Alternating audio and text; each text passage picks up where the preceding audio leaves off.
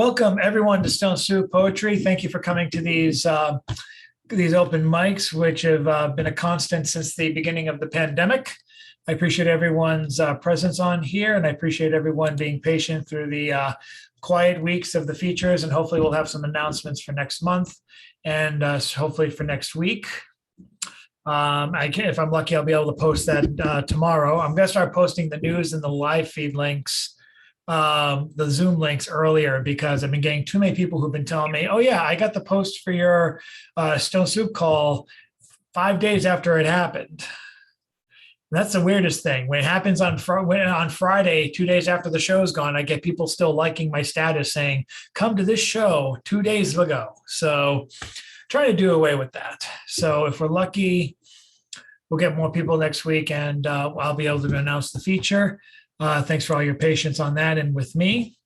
For now, we're going to get started on the open mic. We've got a round robin nights. That means people have a chance to go perform twice. And hopefully we'll get a couple more people joining us late. Patricia Kerrigan let me know she's still in the middle of work. So she's tentatively coming, but she says she's going to be late. So we'll see what happens. And Jason Ray usually comes in just before 8. So let's go with that. And let's go with our first round robin's more cylinder. Yeah, you have that point. I see it as a big Mobius strip. I don't get shapes. I deny math as my main religion. I love science. I believe in science, but not math. Anyway, let us get to the first feature, our first performer on the open mic. And I do this randomly partly in accordance to who gets in, but also partly to my maniacal whims, and also to keep all of you on your toes. Let's welcome up first, Mary Jennings. Hi, thank you. Thank you, Chad. Good evening, all. I'm observing this 7 years ago this month when I put in for retirement from my longtime public service job.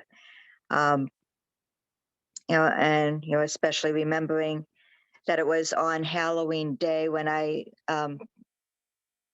got my last performance appraisal, which is kind of like a telling sign.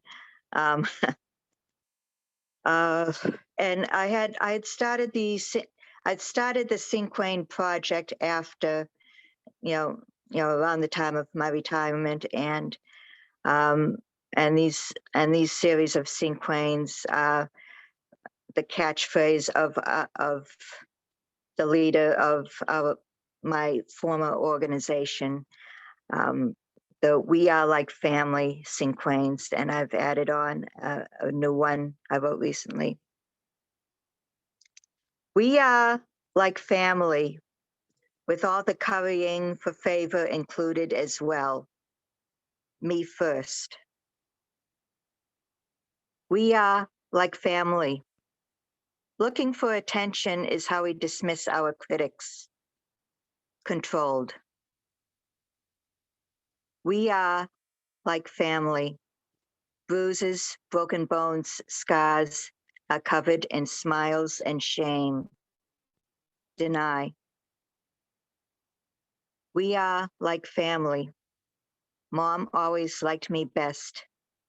You are sucking hind tit, sister. Nah, nah. We are like family.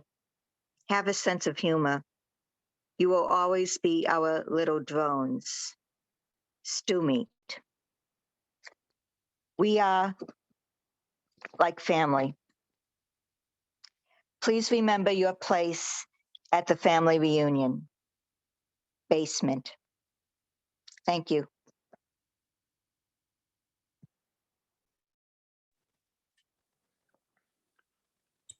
Thank you, Mary. Not your favorite family, I take it. Yeah, I guess it should be well.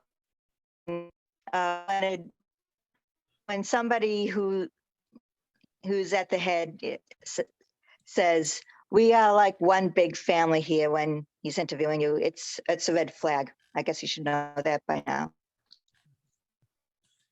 Indeed. Up next on the open mic, let's welcome up future past contributor to Oddball, future contributor to Oddball in November, and past Don't Sue feature online. Let's welcome up Mr. John Wesick. Hi, Chad. Hello. Here's a piece called "The Ballad of the In-Person Poetry Reading." Roads of valor, roads of struggle, roads of blood. No one treads these ribbons of concrete and asphalt by choice. We do it out of duty, duty to friends, duty to community, duty to art. So when the call to a COVID-safe reading came, I did not hesitate. Despite my numb lips, gaping wound in my neck, and anemic vaccine, I answered the call.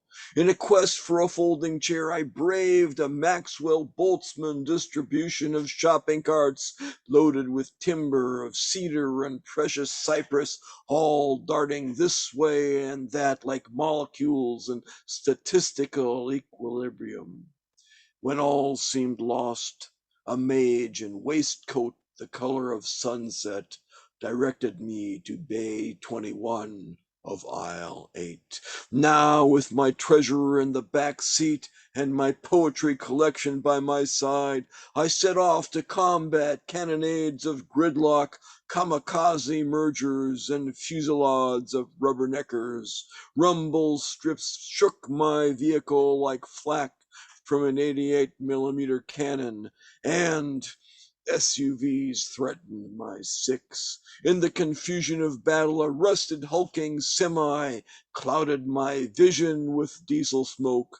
Desperate to read the exit sign, I throttled my 1.3-liter engine, sending power to 4 massive cylinders, swung past the driver, his face an impassive mask of indifference like that of a boy raining flood and destruction on an anthill with a garden hose, and cut in front, dodging tons of steel by mere millimeters. 100 miles of gridlock followed, 100 miles of blind on-ramps, 100 miles of frayed nerves and narrow escapes. The Valhalla verse took place in an outdoor park where trees did their fall striptease, dropping burning leaves on a stage of grass and concrete. Publisher Pete wielded a mic stand like Menelaus's great sword, while Colin Redbeard parried with a manuscript stout as Achilles' bronze shield. Face masks, rare as a glimpse of fair Helen atop the walls of Ilium. Delta Dawn worked the crowd, embracing friends and strangers alike. Chris Corona transferred viral DNA from lips to cheeks, crowning recipients with fever, loss of smell, and chance of hospitalization. I'm so over this pandemic, Delta said. But the pandemic was not over for us. I gathered my treasures and left.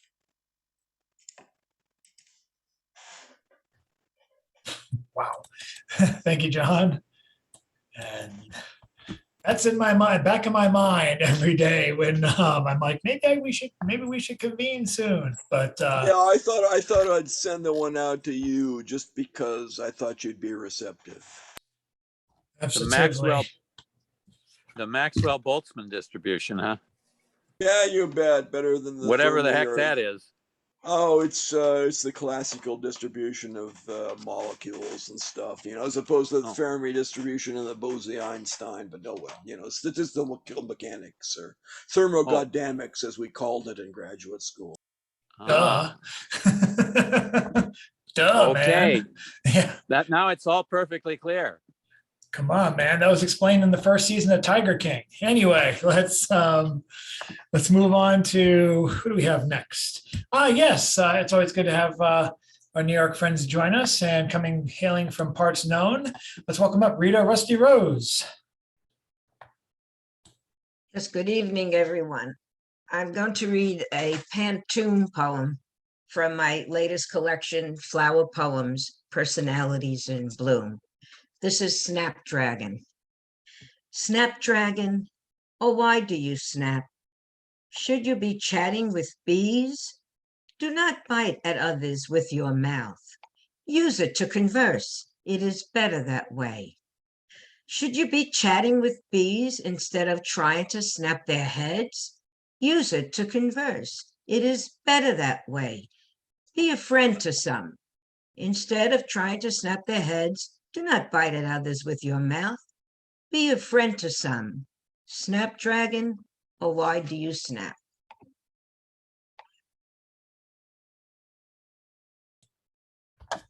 Thank you, Rita. What do we have next? Yes, we have next. Who we have next is our one of our two poets joining us by telephone. The first one's going to unmute herself by pressing *6. So let's welcome up Miss Nancy Dodson. Survival, the design of politics, the fall of one's thoughts, amid the fullness of God's being. His mercy has brought design of politics. Compromise then and hit the jackpot. Honest structure comes by hard work. No, but of course, one has mercy at the fall. My death, yours or mine. We'll ring a call of survival, survive. Yes, for all concerned. Come one, come all. I don't want us to fall, not yet. God bless my soul, please, Lord. Bless me for my sake and all.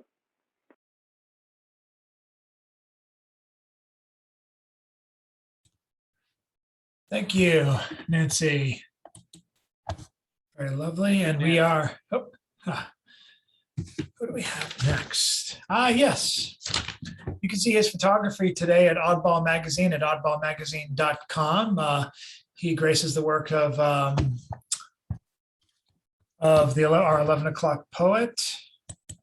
Devin Brock, I believe is his name. And that's the poet. He's not on, but who is on is a photographer who is also a poet. He's coming out with a book. He'll tell you about it. Let's welcome up Mr. Ed Galt. Okay. Well, no. Okay, good. Hi. Yeah, I have the book going. That's one of the three things I had to say. I'm working on a book, and I'll be reading you a couple of poems tonight from it. I'm also going to be published in Don Kingfisher Campbell's Spectrum 29 later in the month, and I also expect to be. I submitted some stuff to Spare Change. So I'll be appearing in that before too long. So without further ado, I want to read the third of the 5 nightmares I spoke about last week. I read 2 of them last week. I'm going to read the next 2 tonight in the round robin. So this is the first of the 2, called Corpses. You and I are in a hotel room. Sun is shining through the window. We are on vacation. Except I don't know where we are. There is this corpse on the bed. I realize that we killed him. We are murderers. Clouds cover the sun. Bleakness permeates the room. Now we have to figure out what to do with the body. This is the second part. We are in our Riverway home. The living room is dark except for the glowing of the TV. We didn't have a TV, though, so it was probably the computer screen. In the next room, our bedroom, the baby has fallen out of her crib and died. Third part. I am in an old office converted into a storage room. For some reason, there is a toilet in the room. The water is clear and there is a big ball of meat sitting in it. As I am walking through the room, I look up. Half of the ceiling tiles are gone. Then a rotting corpse falls out of in front of me. It has only recently died, though. I kneel down to see if I can, in some way, revive it. I pick it up and carry it out of the room. Thank you. Nightmares indeed. Yeah. I Well, love it's how the season for it, I guess. everyone's keeping to the holiday spirit, the Halloween spirit, whether or not we say so or we say it's a Halloween reading or not. I like that. Certainly you, hope no Ed. one was eating. Now we have something completely different. Our second phone caller, phone in for Zoom is reading next. However, she requested, and of course I said yes, to do a little bit of autobiography. I guess she was finally writing the story of her life. So I'm excited to hear the excerpts of that. So let us please welcome Miss Carol Weston. Carol. Oh, yeah. Good evening. Well, Hello. anyway, so this all exploded out of my head, on October 11th. And oh my Lord. So I want to speak about Oscar Williams because I don't, at my age, know how long I will live. Oh, he is the anthologist that Robert Lowell said was the best in America. I want to start on his rooftop across from the Statue of Liberty because I feel it's urgent to tell my conversation. I do not have my diary of perhaps 1961 with me, so I must try to remember that extraordinary day.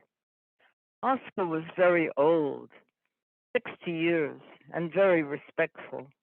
I sat at his table on the roof in the blazing sun. I put my hands under the table and found it to be bumpy with many snails. He had taken them home from Chinatown to eat for dinner, and he couldn't bear to eat them, so they were let loose all over the house. He let me take a snail home as a companion. My snail ate lettuce and gave me company at my apartment, 220 West 76th, 2nd Street on Broadway. I needed that snail as I was living alone in that vast New York City. He let me take another snail from my friend Mary McDonald, now in France, to use in her teaching in 4th grade in South Boston. You know how it feels when George makes love to you, Oscar said. George Barker came into the life of Jean Durwood and Oscar Williams because he had been corresponding with Jean Durwood and thought she was a man.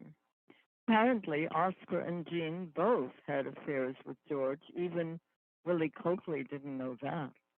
Bob, Oscar, forgive me if I have told something that I shouldn't, but I believe that your love was so strong you would forgive me. George Barker was as great or greater than Dylan Thomas, Oscar said. They, George and Dylan, drank together. I trembled in the excitement of the moment. I did not imagine that Oscar might imagine that he wanted to marry me. How wrong that would have been. He already had a woman of 40 years old, a true companion. Marry him for his money, said the wicked Robin Prizing, the life mate of Willie Coakley. Willie, later head of publications at the New York Public Library. Willie found Robin some time after Breadloaf. Robin was the most beautiful and articulate young man I ever met, author of Manila Goodbye, about his experience as a child in Manila. In the Second World War, a book now being republished in England in paperback. Robert had not met George Robin had met George Barker prior to either Willie or I knowing him. They sent me a photo of Robin's gleaming, almost fiendish, indulgent smile, sitting with George before any of us had discovered him. Oscar takes everything I do, complained George. If I do a drawing, he takes it. Oscar lived at 35 Water Street. In order to get into his apartment, we had to throw a pebble to alert him because there was no doorbell. He had a refrigerator big enough for one tray of ice, Robin observed, but he had collections from every important poet in verbal America and Britain.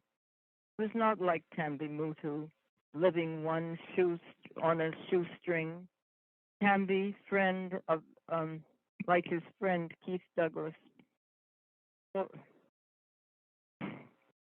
Tambi published some poets like his friend Keith Douglas before Oscar had heard of them. I'm going to do break there until the next session. Thanks.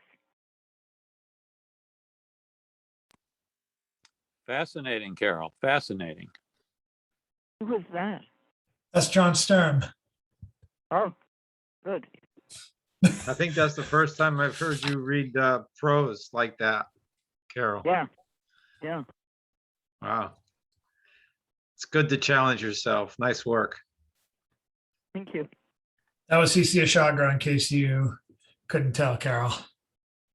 Hey, John Wessick here, Carol. Always enjoy your work. Thank you, Carol. We're going to, and thank you, John, for that. We're going to go now to someone who hasn't been with us for a couple of weeks. I'm glad he's back now. Let's see what he's been cooking up. Mr. CC Ashagra. All right. Can you hear me? All right. Okay, good. I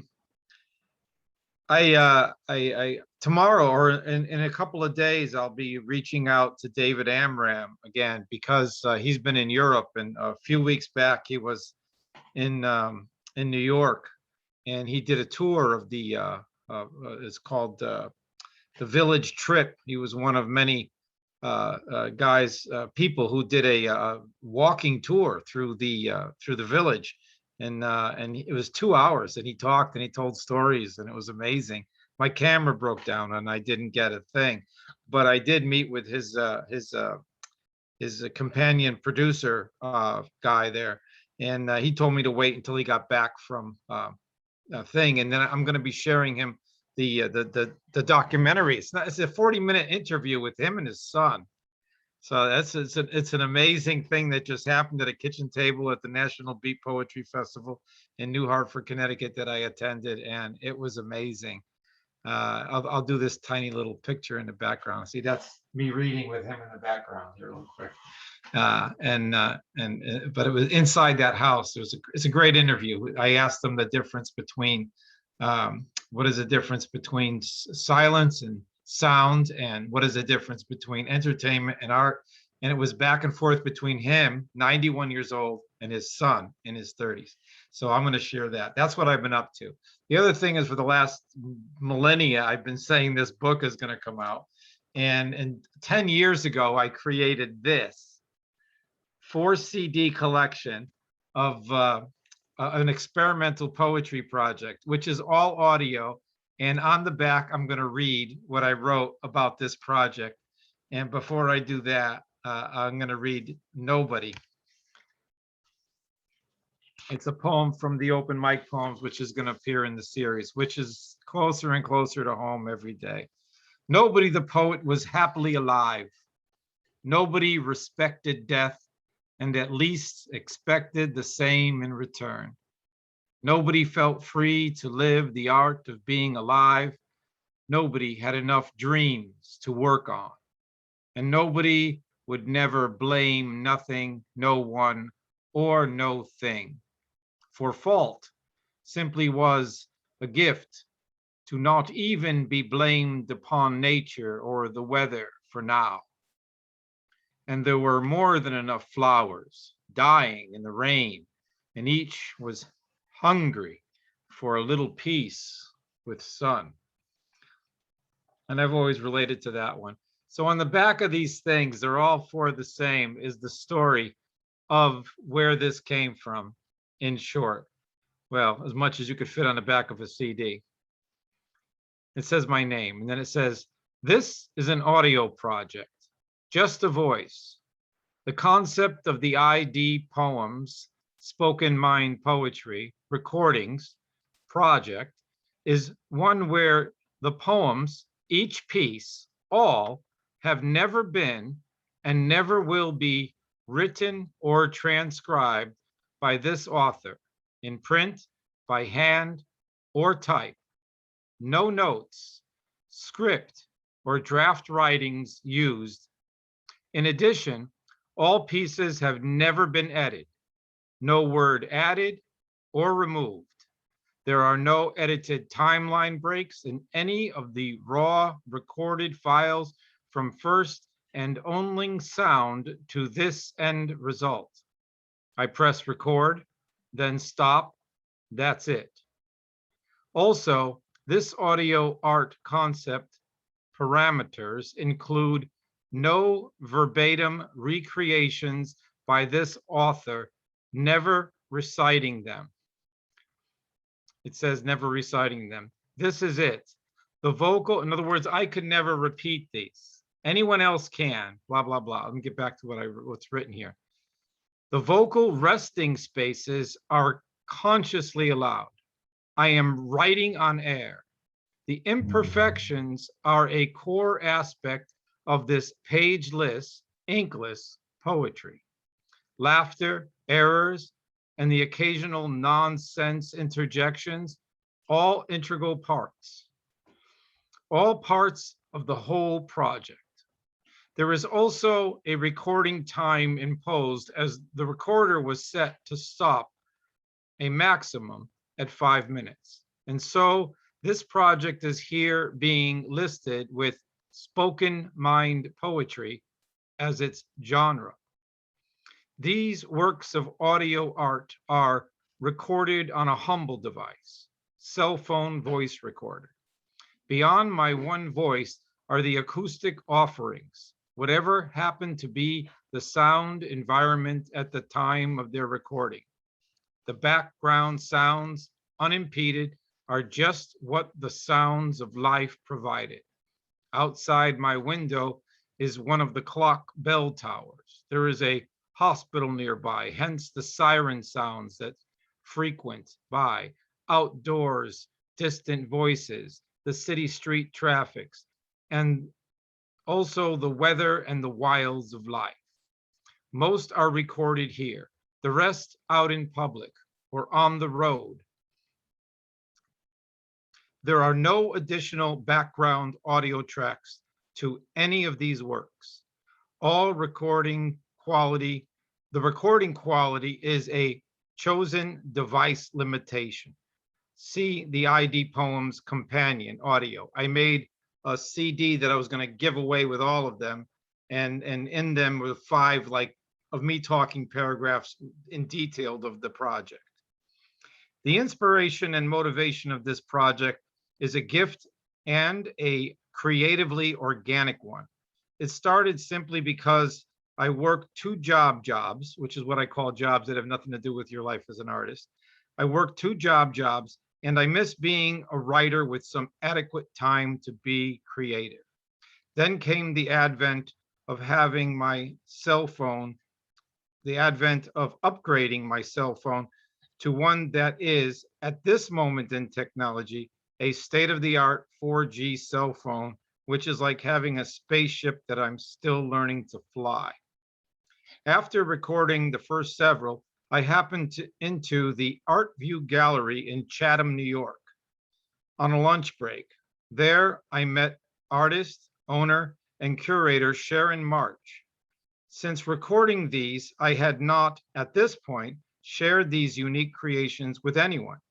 And since she was an artist and a visual artist herself, I thought of the piece, The Reality of Painting, and asked her if she would give it a listen.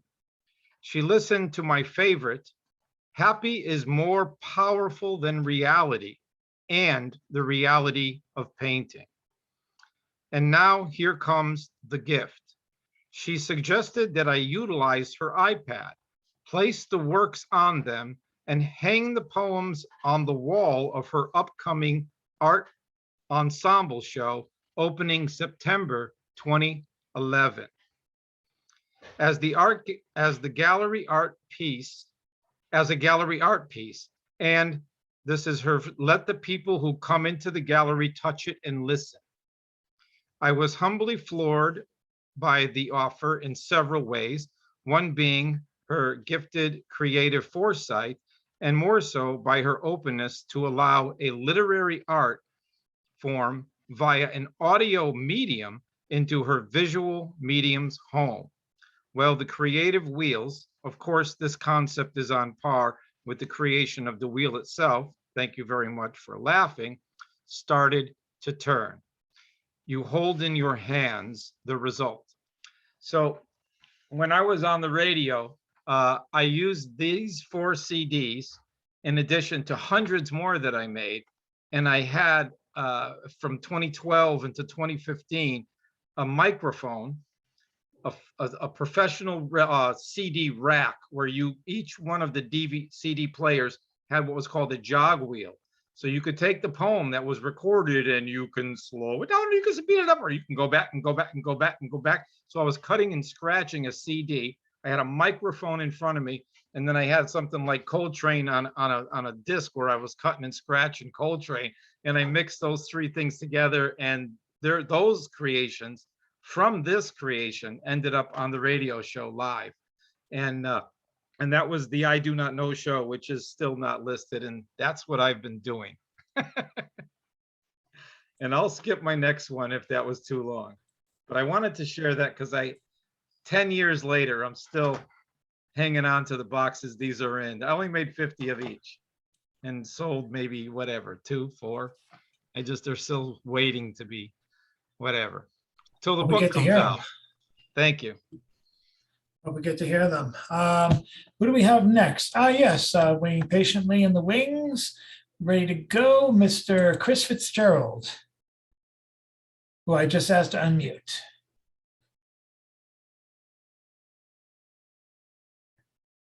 The ever alert, Chris Fitzgerald. The incredibly tech savvy, Chris Fitzgerald. Okay, then. Well, we're going to do something different, transitioning from part 1 to part 2, round 1 to round 2 of the round robin. So hopefully Chris will make an appearance, but until that time, let's bring up someone who's usually our penultimate closer. His name is James Van Looy, the author of It's All One Thing, the regular weekly column at Oddball Magazine every Thursday at 11. Let's hear him now. Ladies and gentlemen, Mr. Van Looy. Thanks, Chad. So actually, I have a Great Pumpkin Day poem here. So this is called The Great Pumpkin Day for the Great Projector. I suddenly saw what I had been drawing, a design I'd never seen before, a labyrinth combination of 2 compatible forms that was really the Great Pumpkin. Yellow, orange, pink, and tinged red, just waiting to materialize in the eyes of my grandkids. If only I extended all those great pumpkin lines and colors out upon the open white surface of the card, with a hairy coo calf gazing so mournfully up at all of us from its green field in Northumbria, whose historic sites, the Percy Castle, on the horseshoe of River Coquette, and the great city walls of Berwick on Tweed, Hadrian's Wall, and Durham Cathedral, so far from Lindisfarne, where St. Cuthbert wanted to be buried under the views from Bamberg and Dunstanburgh castles. And I will draw the Great Pumpkin Labyrinth all yellow, and then color it in rainbow color, yellow, orange, pink, and tinged red, and seal it with a stamp on it that shows Barnum and Bailey Circus Clown. and I will write a note that says, P.S. I have a friend named Bill Barton, and we both used to play Perot like the Perot clown on this card. And I will take the whole thing, the Harry Coo card with the Northumbria tourist sites on the back, and my great pumpkin labyrinth inside, all the way to the post office to mail it. So we'll get there before Great Pumpkin Day. Thanks. James, I thought you were going to say you were watching for the Great Pumpkin with Charlie Brown and Snoopy. Chad, I can speak now. Oh, very good, very good, very good. And by the way, it's Linus who waits for the Great Pumpkin, not Charlie Brown. I'm such a jerk. Anyway, I sit corrected. Get your real history right. Anyway, looks like Chris Fitzgerald is ready to join us now. Chris, are you ready? I think so. Can you hear me? Yes. Okay. This is the second half of my Michelangelo piece last week. So now I'm bringing them to America. My three favorite Italians, of course, Michelangelo, Da Vinci, and Raphael, as opposed to America's screen culture, Vito Corleone, Tony Soprano, and Christopher Columbus. You know, just bullies. All right, here's the second half. It's an 8-piece, but I mean, this is just like 3.5 because I read the bit long piece last week. I've said before, language is about 100,000 years old. Attitude is 65,000 years old, not next Saturday, but the next. The sense of touch was never allowed to discover itself. Religious theories, political theories, group theories, enabling the group to move forward with a shared attitude, those were the ideas that shaped our sense of touch. Language never needed attitude. Attitude cannot exist without language. Still, at this point, we would rather hear parental combat stories, World War II, Vietnam, than listen to Mommy and Daddy in your original start. This is one of my more interesting initial sense of touch stories. This isn't about putting my hand on a girl's breast. That's 2 years down the road. This is 12, 13, a rich sense of touch still being just a theory. Saturday afternoon, 2 o'clock, September, October, I on 6th Street, South Boston, heading towards K, on and off the stairs of a brown 2-family house. For some reason, I've broken in describing what I'm going to do to this 12, 13-year-old girl once I get her clothes off. I'm speaking to 5 or 6 of my friends, same age. Can't remember what prompted this outburst, but I was in the groove. First of all, I'll make sure to hang up her clothes neatly. I don't want a 12, 13-year-old girl going around town, bad-mouthing me. Oh, I had a great time with him, but ended up with 2 wrinkled shirt sleeves. I won't see him again. I couldn't take that. Then I described how I was going to handle that body of hers. Never got pornographic. It was just playing off the great sense of being young and alive at the time. Her shoulders, her breasts, her thighs. 3-4 minutes in, boom. 4 or 5, 12, 13-year-old girls explode out of that brown house's hallway in hysterics. I guess they were coming out when they heard this nut speaking. They kept quiet as long as humanly possible. They had never heard someone speak like that before. They were laughing. My friends were laughing at me. They were neighborhood girls. I knew them all. I didn't apologize, didn't walk home. No one knew how to act, so you didn't. You were just yourself. The biggest laugher, my friends thought I liked her. The biggest laugher, her friends thought she liked me. So for the next year or two, whenever my friends who were there saw Lily walking by the corner or in a shared space, they would yell, Chris, Chris, there's Lily, Lily. Lily wants to know, is there anything new you want to do to that richly rewarding, nubile, supple, wondrous body of hers, or is it same old, same old? My friends and I had a genius for criticism. When you stick a knife in someone's back, you twist it just enough to avoid a fatal wound, so that when it heals in 3-4 weeks, you can do it again. And this is a piece I did like 50. Well, this is that same intensity. This is just about 4 years old. The first prejudice from which all others spring. 3 weeks ago, I was in line at a Starbucks on the South Shore. 6, 7-year-old girl comes running up, slightly bumping the display case. Her mother behind her, 4 or 5 feet. Honey, be careful. I instantly say, talking about the porcelain cups on the rack, the first one breaks, they consider it an accident, half price. Any more than that, you got trouble. In fact, I was here 3-4 weeks ago. A guy moving too fast, just like you, bangs into the display case, 4 or 5 fall and break, $40, $50 damage. He doesn't have enough money to pay. He ends up getting 3 co-signers. 10 years ago, 2 would have been more than plenty. And unlike you, he only had 1 leg. The other was artificial. I don't know if it was war, car accident, fire, but he had to leave the fake leg till he paid what he owed. 6 or 7 days, I heard. So these people working here, all smiling and happy, don't test them. I laugh and think I'm going about my business. Get my coffee, sit in a big comfy chair, start reading the Sunday Times. 5, 10 minutes later, who's sitting at a 90-degree angle in their own comfort chair, but mother and daughter, checking me out. I guess they weren't happy with coffee line rows. I closely look at the mother's face. First time, handsome, stunningly handsome. I can't believe she doesn't have a husband, boyfriend, lover, significant other, wife, someone telling that face every 30 minutes or so, keep up the good work. Maybe she does. Thank you. Thank you, Chris, very much. Yes, we heard, definitely. We're moving on to the next person. Looks like he just dropped in. Hopefully he wasn't waiting too long in the waiting room, which I have sometimes a tendency to ignore if I'm in the middle of delegating. But let's welcome now Mr. Bill Lewis, who's the last person before the last person before the last person.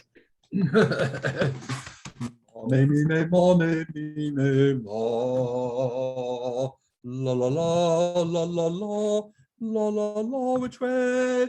La,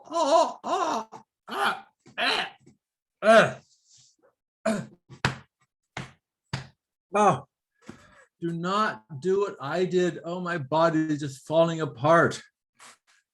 Die now while you're still young and make a good corpse. So things have been happening. The city council chambers listened to my thoughts on the issue of homelessness. I am very much against having people living on the streets anywhere. And they really weren't interested in this concept whatsoever, but they did listen to me, so I appreciated that.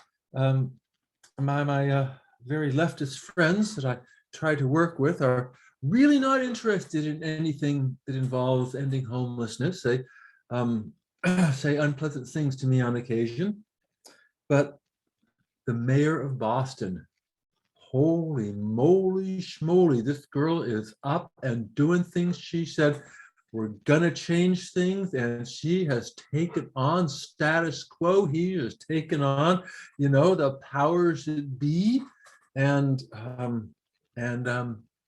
she's doing something. She's actually acting. Everybody just talks. So I'm just really getting psyched about this. And then my friend said, oh yeah, let's go down. Let's go to the theater. Let's have a good time. And I'm feeling okay. Life was getting better. And la la la la la la la la la la. Homeless, homeless, homeless. Homeless people are so cute. Did you see the robe that girl was wearing? Oh my God, it was so adorable. And she has such a lovely complexion. She must be using oil of Olay. And her figure, it was so yummy. Oh, that boy who's with her, what a charming young man. Oh, he's just suffering from teenage angst. He'll get over it. They always do, The only question is, will she have to die in order for him to realize what he has done and then his attain true adulthood? She's a street waif, so maybe, but nah. She's cute. She's too cute. She'll make it. The drag queen. It's the drag queen. She's good-hearted, and she has a quick tongue, and her boyfriends never appear on stage. She is history. Mark my words. And yes, indeed. 2 points for me. It was AIDS. Oh, God, AIDS. Man, talk about a virus that was made for Hollywood. I mean, no more suicides, no more car wrecks, no more surprise murders. No, now you get AIDS and you quietly die off stage, and it's so much more convenient. On stage, of course, the homeless people are singing and dancing. What a happy, carefree life it is to be homeless in America. As we depart the theater, I wave to all the beggars on the street and wish them well.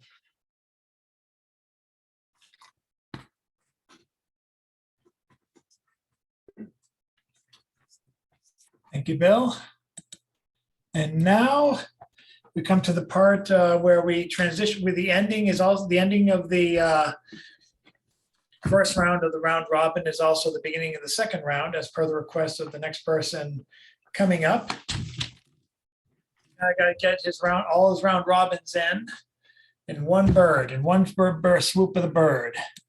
What am I talking about? Well, best to just let him talk and have me shut up, which has been my strategy since starting doing this in 2005. Let's welcome up our orator extraordinaire, Mr. John Sturm.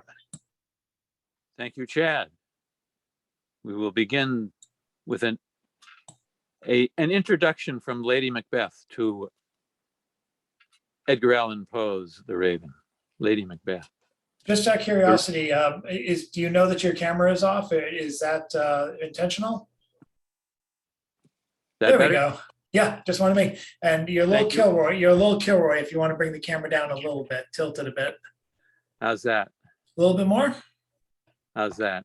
A little more. There we go. All right. The raven himself is hoarse that croaks the fatal entrance of Duncan under my battlements. Come, you spirits that tend on mortal thoughts, unsex me here and fill me from the crown to the toe, top full of direst cruelty. Make thick my blood, stop up the action and passage to remorse, that no compunctions, visitings of nature shake my fell purpose, nor keep peace between the effect in it. Come to my woman's breasts and take my milk for gall, you murthering ministers, wherever in your sightless substances you wait on nature's mischief. Come, thick night, and pull thee in a dunnest smoke of hell, that my keen knife see not the wound it makes, nor heaven peep through the blanket of the dark to cry, hold, hold.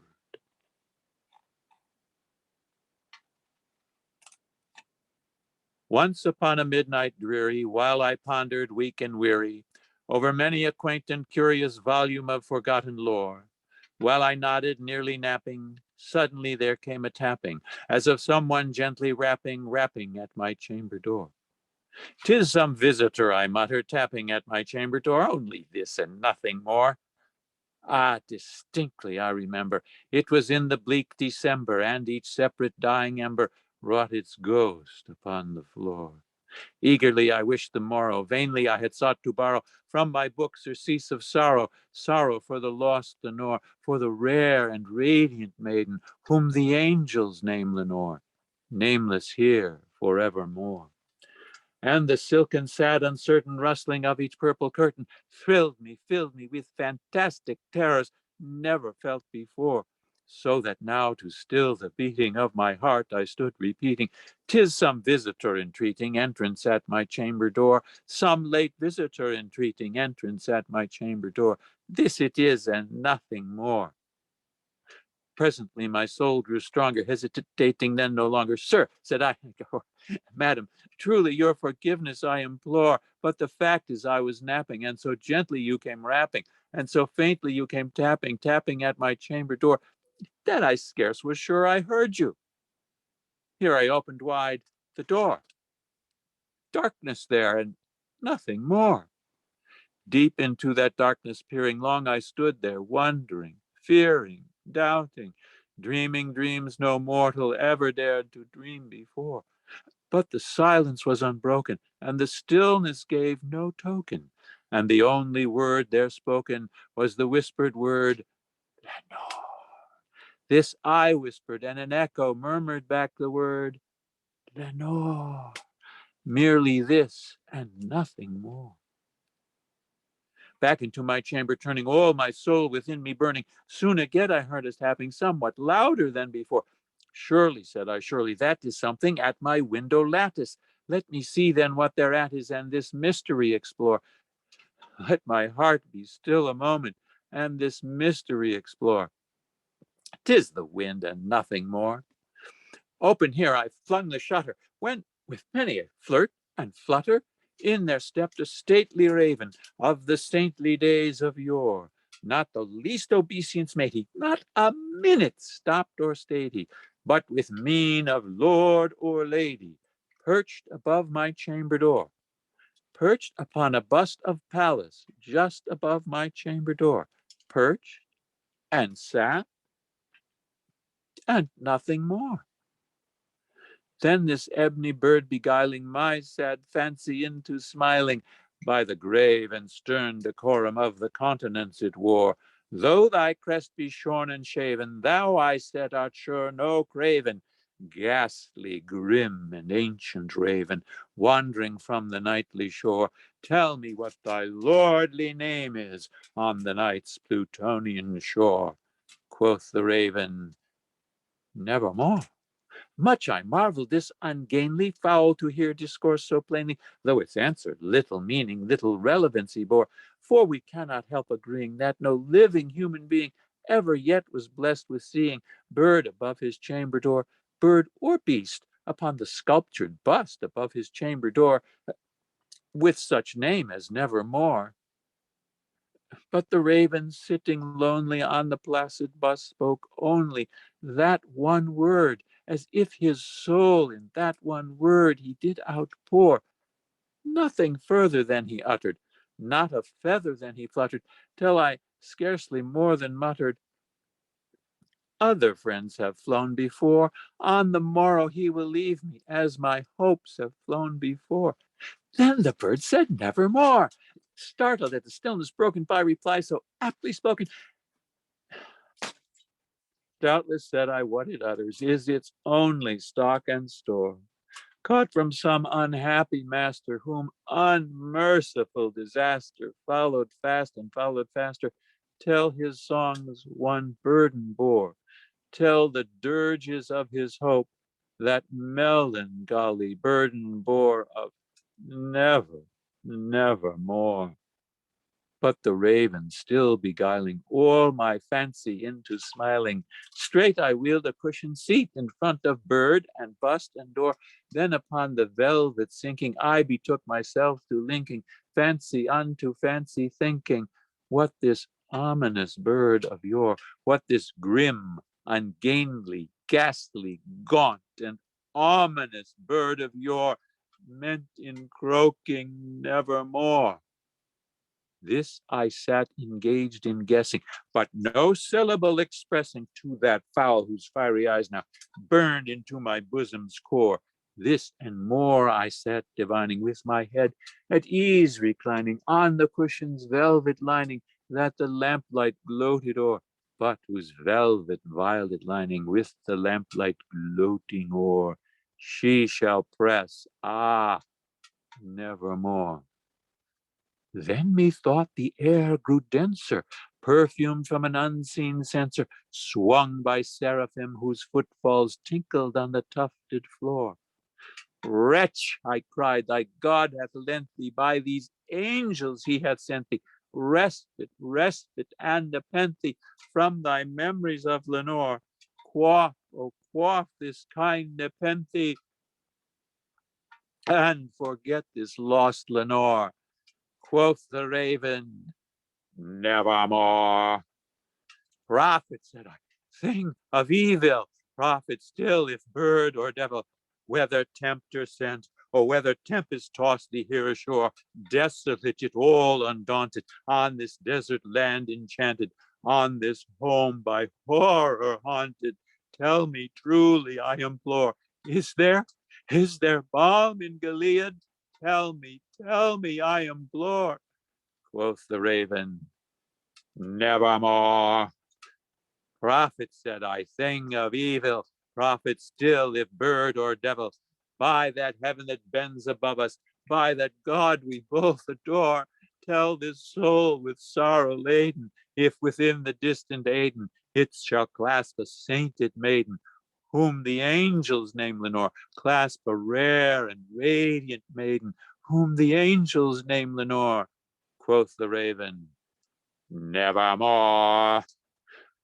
Be that word our sign in parting, bird or fiend, I shrieked up starting. Get thee back into the tempest and the night's Plutonian shore. Leave no black plume as a token of that lie thy soul hath spoken. Leave my loneliness unbroken. Quit the bust above my door. Take thy feet from out my heart and take thy form from off my door. Quoth the raven, nevermore. And the raven, never flitting, still is sitting on the pallid bust of Pallas, just above my chamber door. And his eyes have all the seeming of a demon's that is dreaming, and the lamplight o'er him streaming throws his shadow on the floor. And my soul from out that shadow that lies floating on the floor shall be lifted nevermore.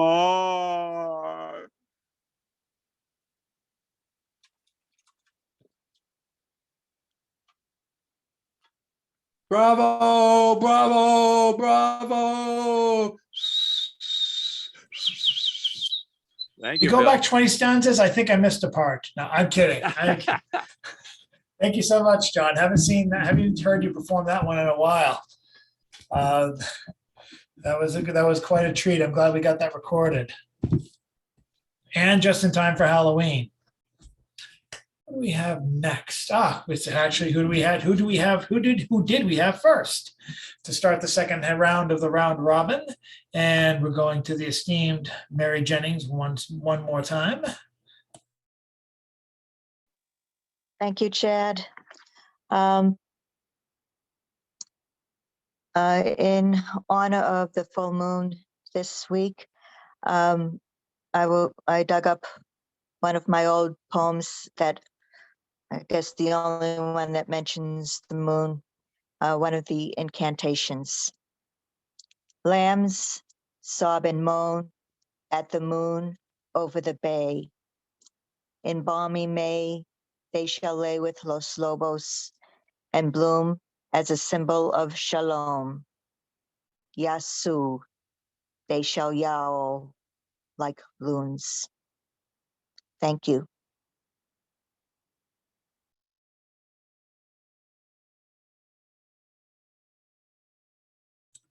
Thank you, Mary. And who we have?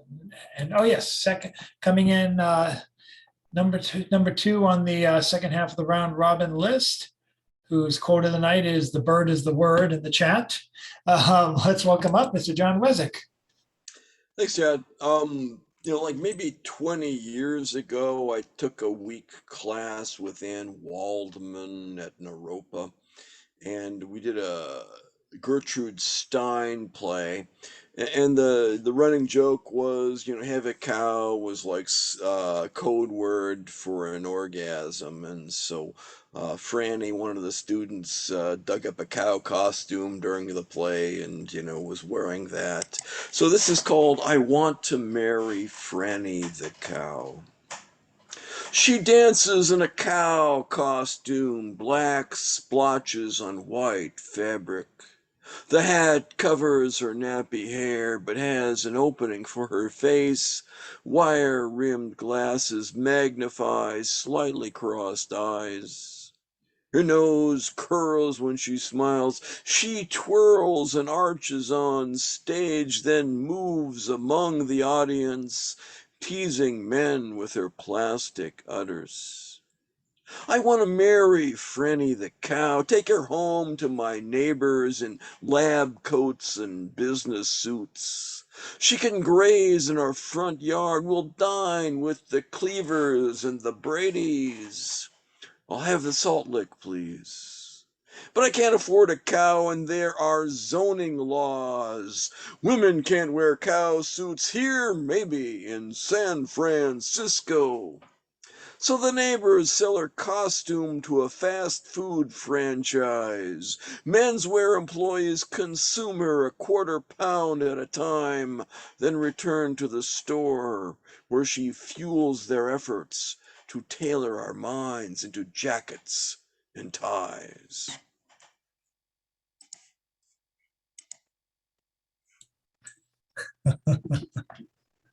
Love it. Picturing a Harry Met Sally moment with someone dressed up as a cow now. Now you did after you just told me what that means, or what you figured it means. That's the first time I've heard of that one.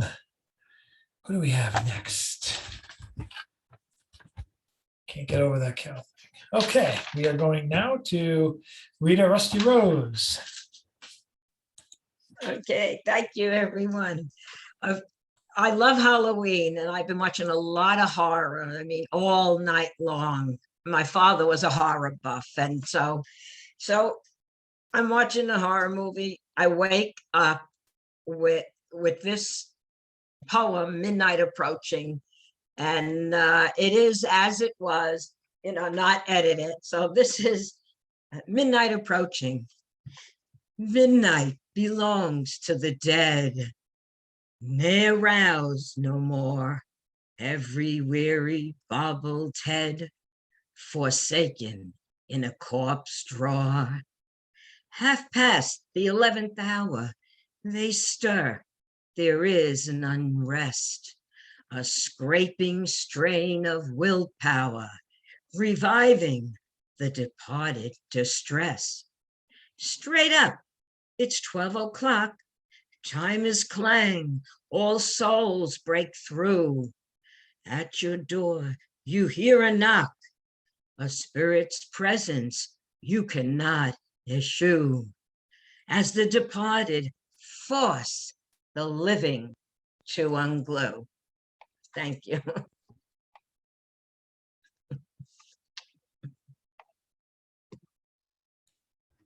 Well, thank you so much, Rita. And looks like we have back Nancy Dodson, who I'm going to ask to unmute. She's got one more poem for us, I would think. So Nancy, when you are ready. The dancing bear. The dancing bear slowly lifts his feet. The great giant dances to the bells. Too beautiful is the bear's motion. Many electric shocks are needed, and the shocks last.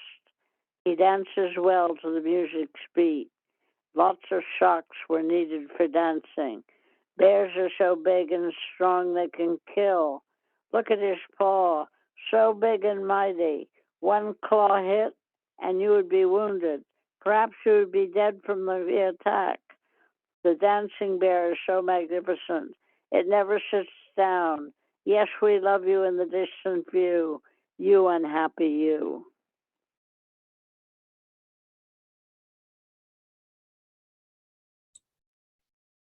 Thank you, Nancy.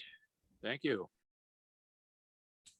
We now have up next for one more round, Mr. Ed Gentleman Galt for one more passage from his upcoming book. Okay, thank you.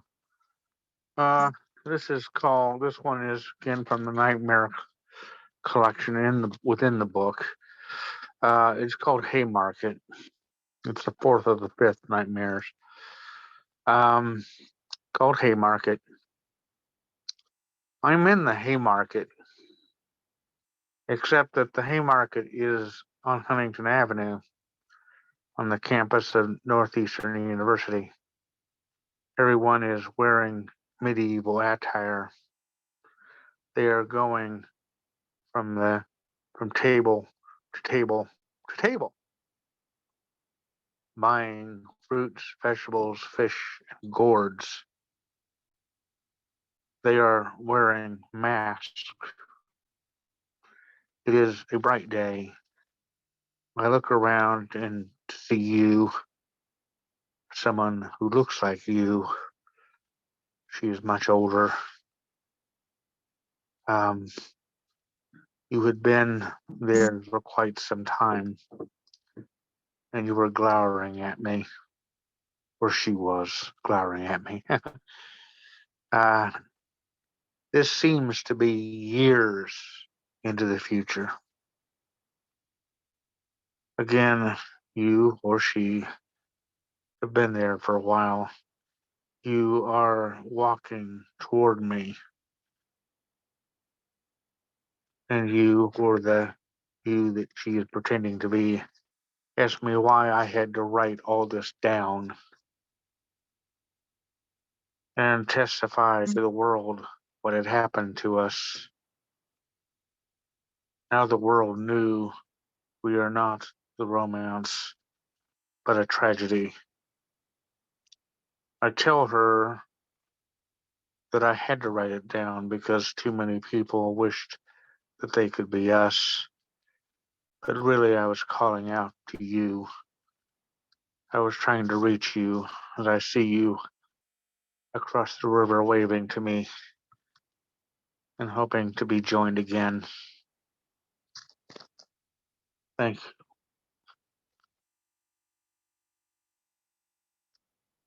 Thank you. Thank you, Ed.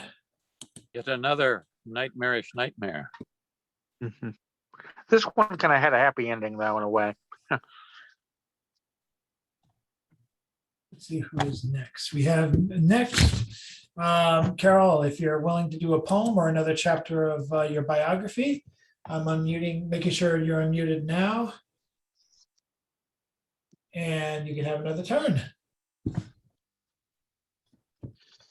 As I was saying about Oscar's house, in order to get into his apartment, we had to throw a pebble to alert him because there was no doorbell. He had a refrigerator big enough for one tray of ice, Robin observed, but he had collections from every important poet in verbal America and Britain. He was not like Tambi Mutu, living on a shoestring. Tambi published some poets like his friend Keith Douglas before Oscar had even heard of them. But Oscar was very dear. He shared with us his anthologies. When Robin and Willie and I came for dinner the first time, he let us have them. He knew enough to put photos of the poets in the immortal poems of the English language. No anthology should be published without photos of the poets. When Oscar was notified that Theodore Ruski was ill, he replaced him in trepidation with George Barker. I had seen the face of George Barker in Oscar's anthology, so I knew what I was getting into, sort of. George arrived at Breadloaf and had a fist fight the first night with John Ciardi to establish himself. He called John Ciardi poet with a Cadillac. Oscar was right to be in trepidation, but George needed every cent that Breadloaf could possibly give him. He was off on a trip like Dylan Thomas disastrously had, from college to universities across America. He showed me his poem, 10 Beatitudes to Denver, after that trip. I didn't like it, so he tore it up. He didn't tear it up forever because it appeared in print some years later. George had to leave for Rome. I get so upset at reading his biography that I can't fathom whether the woman he was living with in New York was giving birth or had given to birth to one of his children. When I was with him, I didn't know it was her apartment I was in. George and I were sitting out on the balcony when she came by. I was, of course, deeply upset to learn that I was in her apartment in New York City. It isn't you who should be upset. It's me, George said. George can only write when he is guilty, said Oscar Williams. And George was always guilty, so he wrote a great deal. Thank you. Thank you, Carol. Good.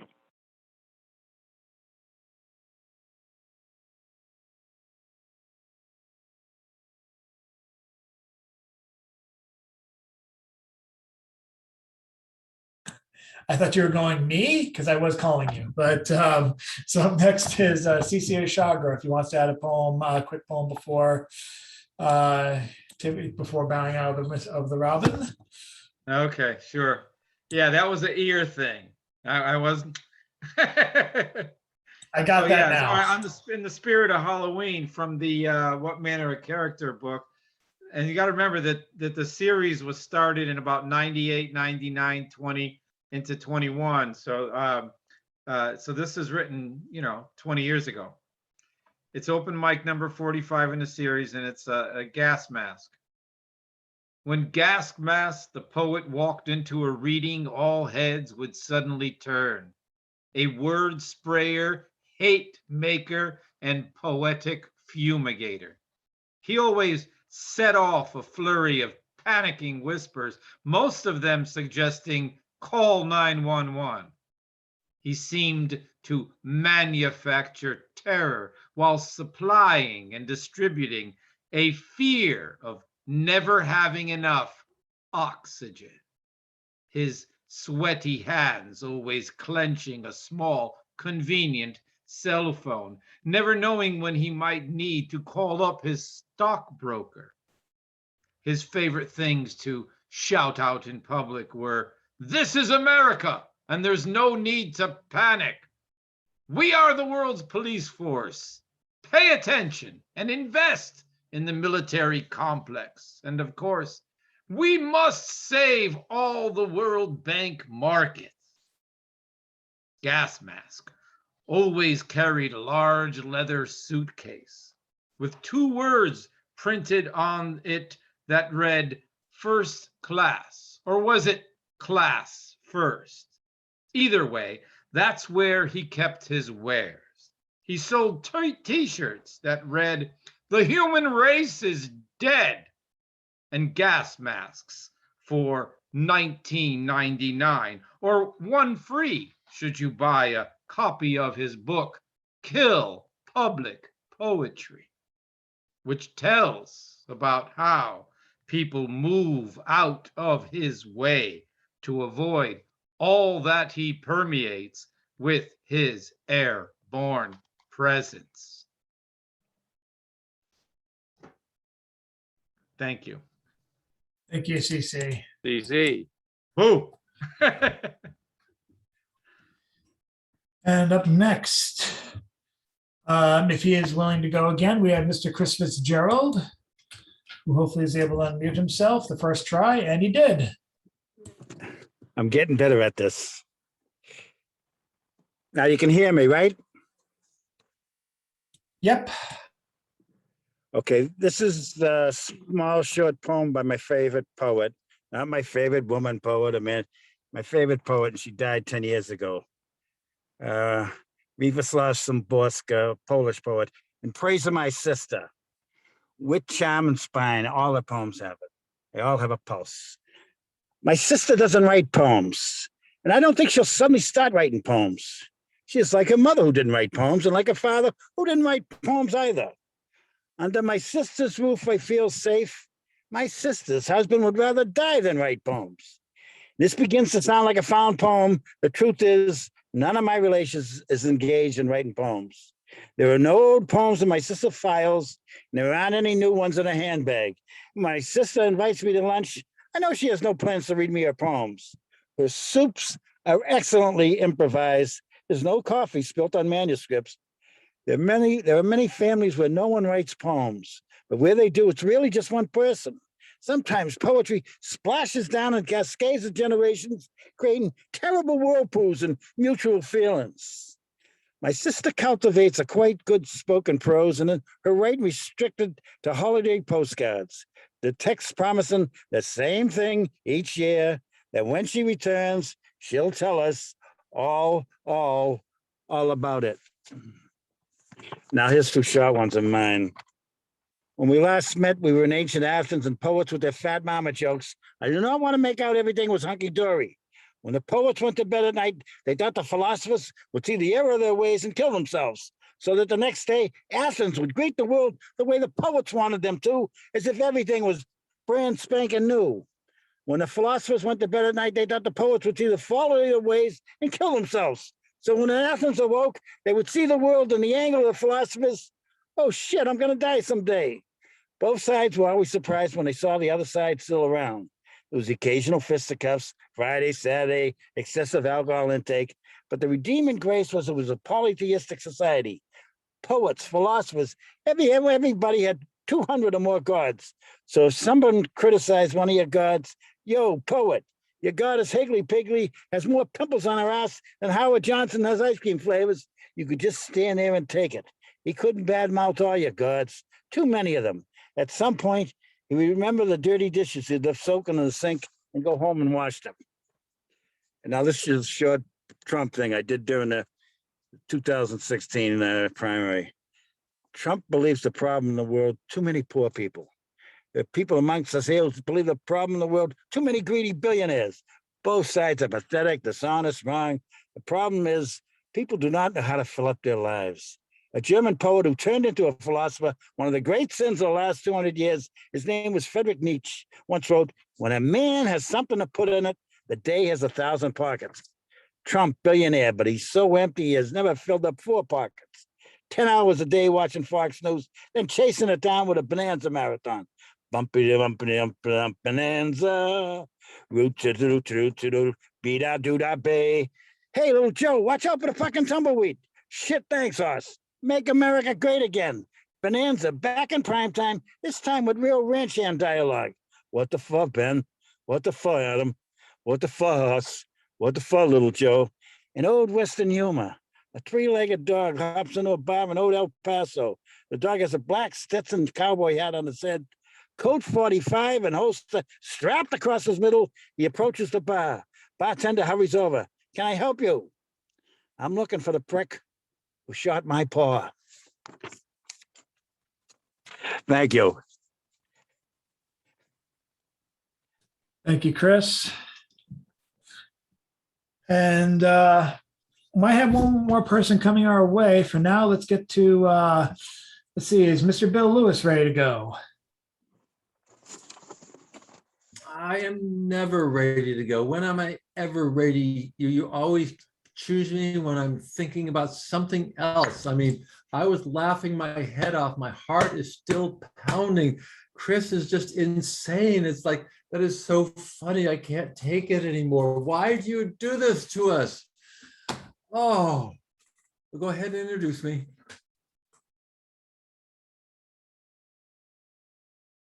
I thought I just did. Okay, ladies and gentlemen, Bill. Thank you so much, Chad. Hello, my friends and fellow poets. It is so much fun to be here. Yay. Isn't the world a beautiful place? I feel so wonderful sometimes. And then I'm depressed as all hell other times. But who cares? Say it's one of those first times. Oh, anytime that I am teaching kids, I am happy. So I had my kids Zoom in for computer science today, and we're starting to talk about Halloween. My brother named his cat Hallerine because we found her on Halloween or a day or two before. You can see behind me, this is Utah. So he lived in Utah, and we were out riding up in the mountains, and we had decided to bed down for a while, tie up the horses. We heard the sound, meow, meow. And we look around, and Sandy goes into the bush, and he comes out with a little black kitten. And my favorite Halloween image of the whole world is us riding back home with my brother with this little black bundle of joy on his lap as we're riding back. Oh, life is beautiful.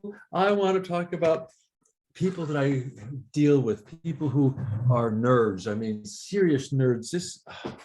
We had this one gal, a physicist, who at Berkeley, and she was explaining how she was really obsessed about what she was working on, blah, blah, blah. She was in the shower thinking about this problem, and she goes, oh shit, I forgot to take off my clothes.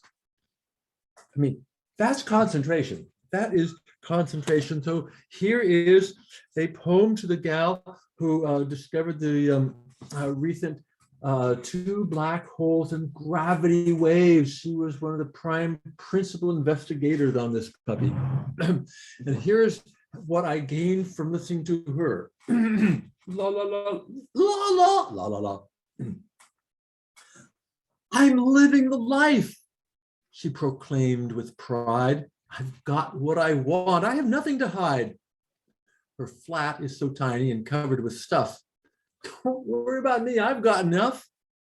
I love ramen noodles. They're quick and they're fast. I buy by the caseful. And that way they'll last.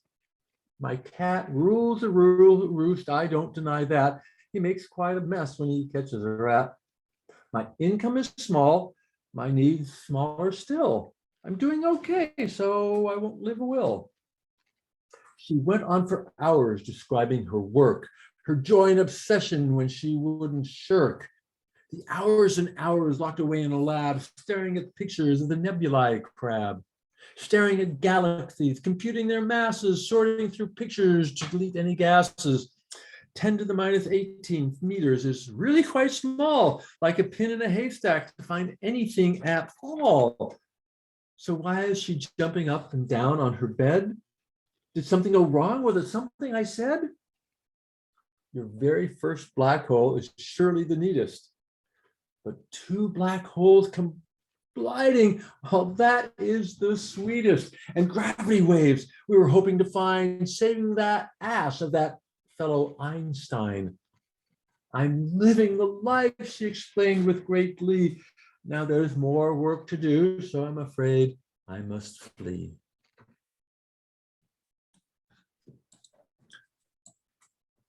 To the universe and beyond.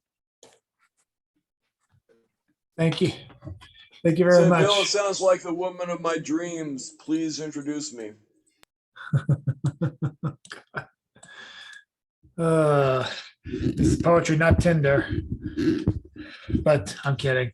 We are getting to the home stretch, and we have a surprise guest coming on. Surprise and news. Here comes a new challenger, as they say in the video games when you put in a quarter. And it gives me great pleasure to introduce the poet populist, the emeritus of Cambridge. I'm talking about Miss Tony B.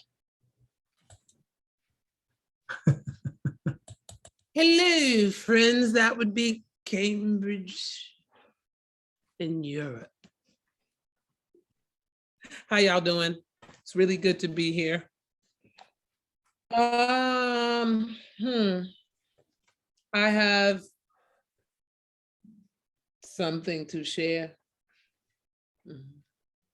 I've been a part of this poetry group, and we meet on Fridays, and I sometimes join. I don't even know. I don't even know. But as the poet populist of Emeritus Cambridge, I'm going to act like I know. Okay, I also have been doing some poetry with a friend of mine, and we started a NAPO. For those who know, we started a NAPO. And I guess I have a poem. So I have something to tell you when I find it in my phone. It's great to see my favorites here. Sorry, I'm not sorry. I'm a poet populist at Cambridge. So, I just sent this today, and I want to share it with you. And please forgive me.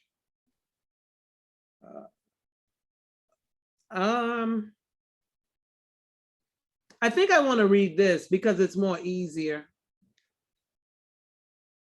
Bolt. Oh, shit.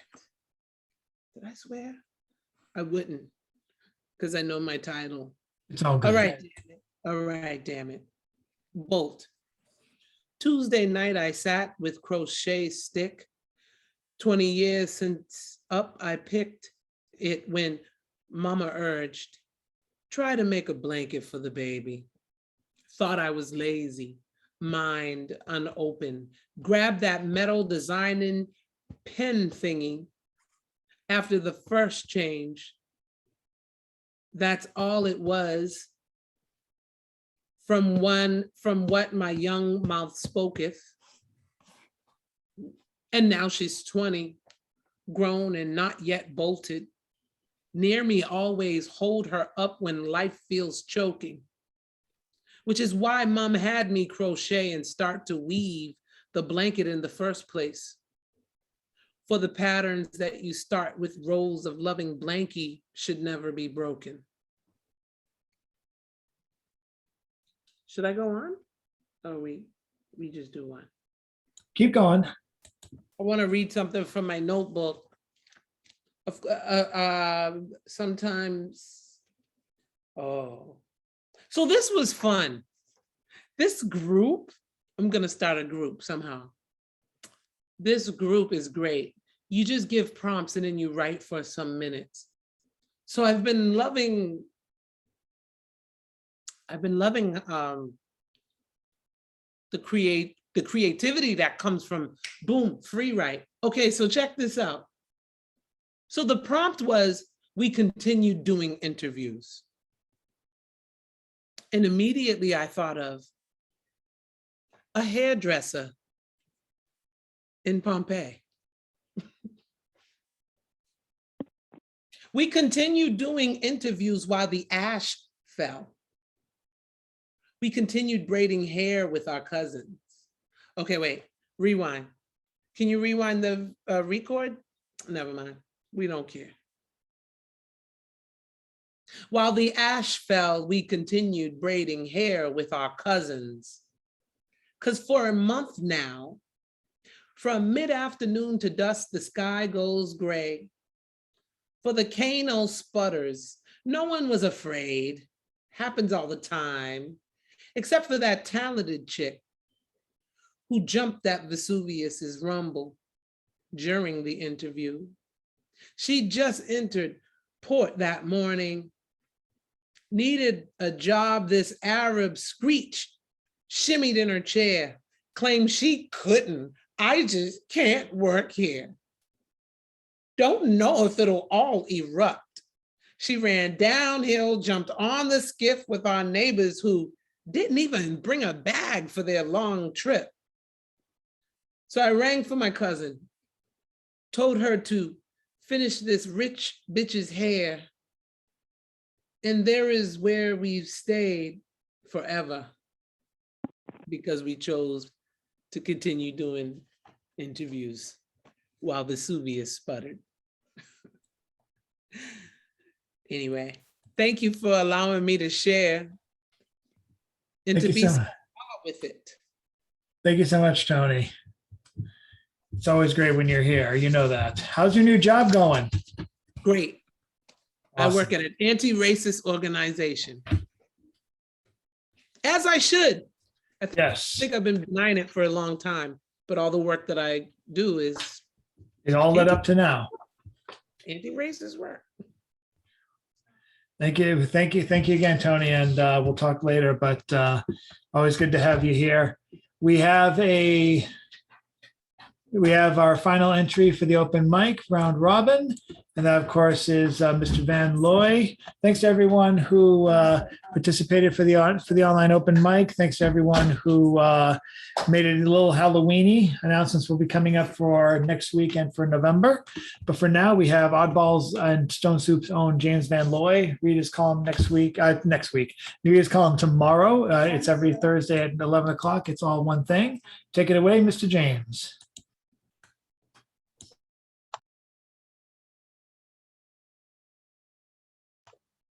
Thank you. So I have a piece here called Color Revolution. Color Revolution. As we sweep past Savin Hill, I look over our train window across the I-93 highway to see flying from triple-decker top rail of front porches the rainbow GLBTQ flag, while the broad end of the pennant is triangle with the light blue and pale pink colors of the trans movement. So I think how clever the way these symbols morph, like the color revolutions that even the wingnuts now reference to prove the state security institution ubiquitous, ever-flowing stream, disinformation, lies, pressure cutting us all to pieces so nothing works in America, where everything is now work, just negotiate. The failing infrastructure is now a job itself, a long, never-ending, onerous chore. All over the world, the hegemon empire shrieks its slow death agony, bearings gone to rails, pressed apart by weight of speeding trains, slowed by decades of studied systematic neglect. They say loud and clear, a screeching steel, grinding steel. You don't count. You're not human. Just the innards of a broken way of life, unable to be something else perhaps like my kin, my cousin, writing in old Harlem of his red and blue sleeves there that identified him as an orphan, a vice in the municipal vice house, way back so very, very long ago in another world. And let me sing you a quick Dutch song here, which is called A Vrijgezel pas slapen. And Vrijgezel got pas slapen, which is a bachelor goes only to sleep. He is so zielig, so alleen. Zijn eten houdt hij uit de muur. Die eenzaamheid, die drift hem voort. Dat is wat men van hem denkt. Is niet getrouwd. Heeft Kate gezien. Hello? Ben blijft koud die hele nacht. En ben vlak is best in binden. Maar dat er niemand als hij thuis komt uit hem vaart. Maar een vrijgezel die gaat pas slapen. Als hij stieren heeft gezien.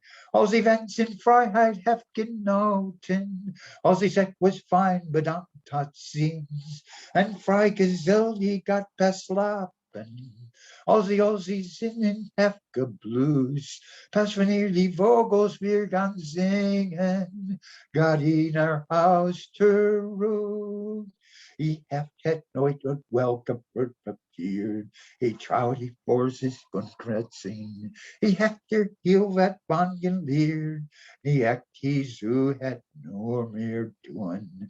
Hij kan niet los. Hij mocht niet zo. Zijn groot die sagi arm aan de man. Hij ook die avond weer kassie kijken. Totdat hij van verveling aanviel van die slaap. Maar een vrijgezel die gaat pas slapen. Als hij steren heeft gezien. Als hij wens in vrijheid heeft genoten. Als hij het wordt fijn, bedankt, tot ziens. En vrijgezel die gaat pas slapen. Als hij zinnen heeft gebloesd. Pas wanneer die vogels weer gaan zingen. Gaat hij naar huis terug. Thank you. I love it. I love it. Thank you.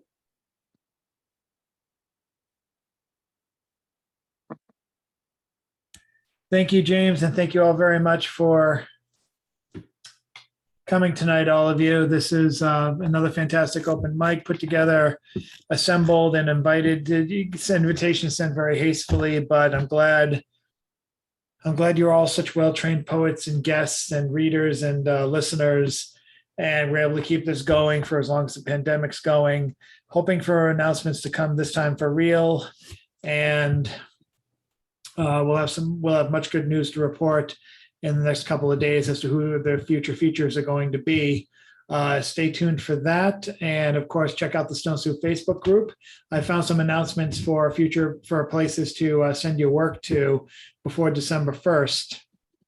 So I'll be posting information like that as well. And of course, I'll be posting this video between 8:30 and 9 tomorrow.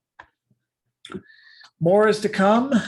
What exactly it'll be, I have no idea, but if you guys are all part of it, I'm sure it's going to be great. It can be great like this every week. All we need is you.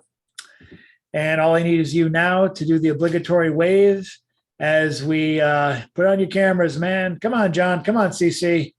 Can't be you guys making a sandwich now?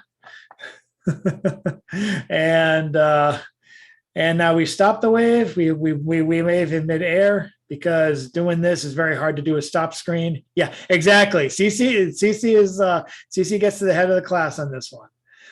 Thank you guys very much. We appreciate. I think James and Jan win best smile. And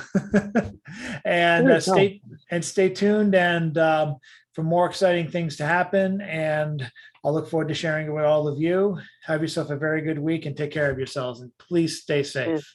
Hi, everyone. Bye, everyone. Take care. Thank you. Thank you. Bye-bye. Thank you. Keep Bye, in touch. everyone. Good luck, everyone. Take Good care. night, everyone. Thank you, Chad. Thank you, Thank everyone. you, John. Thank you, Chad. Chad. Thank you, everyone.